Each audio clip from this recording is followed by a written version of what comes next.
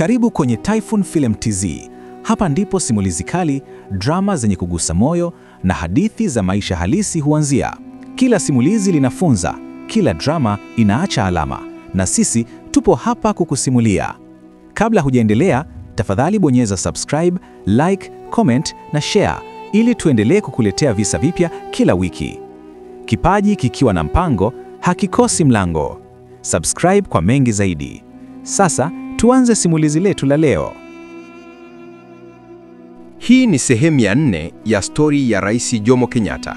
Baada ya miaka mingi ya mapambano, ujenzi na siasa zenye misukosuko, jina la Jomo Kenyatta lilikuwa limekuwa kama pumzi ya taifa la Kenya. Basi usisahau kusubscribe kwenye chaneli yetu pendwa Typhoon Film kwa mwendelezo wa stori hii na zinginezo. Wakati huu, Kenyatta hakuwa tena yule kijana aliyekuwa akihubiri uhuru kwenye mikutano ya kisiasa ya pwani ya Mombasa au akihutubia Wakenya msituni akiwa na sauti ya mapambano. Alikuwa ni baba wa taifa, mzee mwenye hekima, lakini pia mtu mwenye historia iliyojawa na siri, maamuzi magumu na roho ya kizalendo isiyotikisika.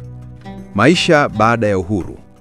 Miaka ya 1970 ilikuwa kipindi cha mpito kwa Kenyatta. Alikuwa ameweka misingi imara ya taifa jipya: elimu, uchumi na utulivu wa kisiasa. Lakini kama kawaida ya historia, hakuna kiongozi aliye na mwendo wa tambarare. Baadhi ya watu walianza kumtazama kama mtawala mwenye nguvu nyingi, huku wengine wakimwona kama mkombozi aliyeleta amani baada ya giza la ukoloni. Kenyatta alipambana kuhakikisha kuwa Kenya haikugawanyika kwa misingi ya kikabila. Alianzisha sera za harambee, akisisitiza umoja na kazi za pamoja. Sera hiyo ikawa kama moyo wa taifa: kujenga shule, hospitali na barabara kwa nguvu za wananchi. Lakini nyuma ya pazia kulikuwa na changamoto. Baadhi ya wapinzani wake walidai kuwa utawala wake ulikuwa wa kifamilia, ukijikita zaidi kwa kabila lake la Kikuyu. Hata hivyo, kwa wale waliomjua kwa karibu, waliona kuwa Kenyatta hakutaka kugawanya nchi. Alitaka mshikamano wa taifa changa lililokuwa bado linajifunza kutembea kwa miguu yake. Miradi mikubwa na ujenzi wa taifa. Kenyatta alianzisha miradi kadhaa ambayo mpaka leo inatajwa kama alama ya maendeleo ya Kenya. Chuo Kikuu cha Nairobi kilipandishwa hadhi chini ya utawala wake kama ishara ya kuwekeza katika elimu ya juu kwa vijana wa Afrika. Mashamba ya umma yaligawiwa kwa wananchi baada ya wazungu kuondoka, ingawa mpangilio huo ulizua mijadala mikubwa kuhusu usawa wa umiliki ardhi. Bandari ya Mombasa ilipanuliwa na njia kuu za usafiri ziliboreshwa ili kusaidia biashara kati ya maeneo ya bara na bahari. Alianzisha pia Benki ya Taifa ya Kenya, NBK, na mashirika ya maendeleo ya vijijini ili kuongeza ajira na kupunguza umaskini. Kenyatta aliamini maendeleo haya hayakuwa tu ya kiuchumi, bali ilikuwa ni ishara ya uhuru wa kweli, uhuru wa kujitegemea bila utegemezi wa wazungu. Safari zake nje ya nchi. Kama kiongozi mwenye heshima barani Afrika, Jomo Kenyatta alialikwa na viongozi mbalimbali duniani. Safari zake zilimfanya kuwa mjumbe wa amani na heshima kwa bara zima la Afrika.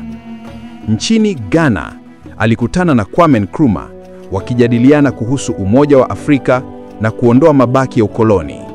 Nchini Misri, alizungumza na Gamal Abdel Nasser kuhusu nguvu ya umoja wa bara katika siasa za dunia. England, alirudi kwa mara kadhaa, si tena kama mfungwa wa kisiasa, bali kama kiongozi uhuru wa taifa jipya. Wazungu waliomwahi kumdharau sasa walimpokea kwa heshima kama Mzee Kenyatta.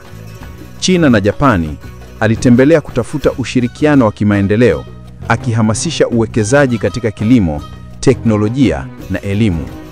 Safari hizi ziliifanya Kenya kuwa kitovu cha heshima katika diplomasia ya Afrika Mashariki. Hotuba maarufu ya amani, umoja na uhuru wa kweli. Miongoni mwa hotuba zake nyingi, moja ilisalia kuwa ya historia na yenye nguvu isiyoelezeka. Ilitolewa jijini Nairobi mwaka 1973 katika sherehe za miaka 10 ya uhuru wa Kenya. Kwa sauti yake nzito na ya kuvutia, Kenyatta alisema, "Tuliomba uhuru, tukapewa. Tuliomba amani, tumeipata. Lakini tusidanganywe, uhuru si mwisho wa safari, ni mwanzo wa kazi kubwa ya kujenga taifa letu.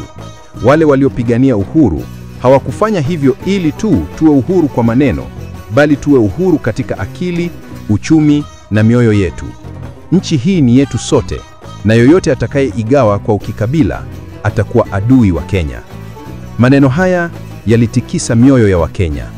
Ilikuwa ni hotuba iliyokumbusha msingi wa taifa: amani, umoja na kazi. Miaka ya mwisho na kifo. Miaka ya mwisho ya Kenyatta ilijaa utulivu wa kisiasa, lakini pia ukimunya wa kipekee. Alianza kutumia muda mwingi katika shamba lake la Gatundu akiwa na familia yake na wageni wa karibu. Mnamo 22, 1978, taifa lilitetema kwa habari ya kuhuzunisha. Mzee Kenyatta alifariki dunia akiwa katika jiji la Mombasa. Kenya ilizizima. Milioni ya watu walijitokeza barabarani, wengine wakilia, wengine wakiwa kimya kwa huzuni. Ilikuwa ni mwisho wa enzi, kifo cha baba wa taifa. Mazishi yake yalifanyika kwa heshima kubwa, yakihudhuriwa na viongozi kutoka Afrika nzima. Mwili wake ulipumzishwa katika bustani ya Uhuru, Uhuru Gardens, jijini Nairobi, eneo lililojaa historia ya mapambano aliyoyaanzisha. Urithi wake. Leo jina la Jomo Kenyatta linaishi kupitia majengo, taasisi na kumbukumbu nyingi.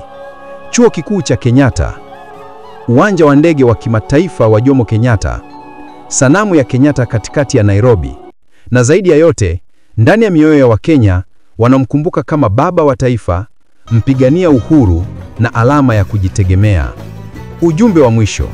Kama angesimama leo na kuzungumza, huenda Kenyatta angesema, nilipigania uhuru ili watoto wa Kenya wasimame wakiwa uhuru, si kutawaliwa na ukikabila, bali kwa upendo, amani na heshima.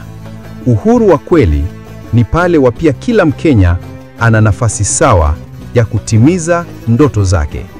Hivyo ndivyo hadithi ya Jomo Kenyatta, mwana wa Gikuyu aliyebadilisha historia ya Kenya, ilivyofikia tamati. Mwisho wake ulikuwa ni mwanzo wa kizazi kipya, kizazi kilichoamini kuwa uhuru wa akili na upendo kwa taifa ni urithi usio na mwisho. Usisahau kusubscribe kwenye chaneli yetu pendwa Typhoon Film kwa muendelezo wa stori hii na zinginezo.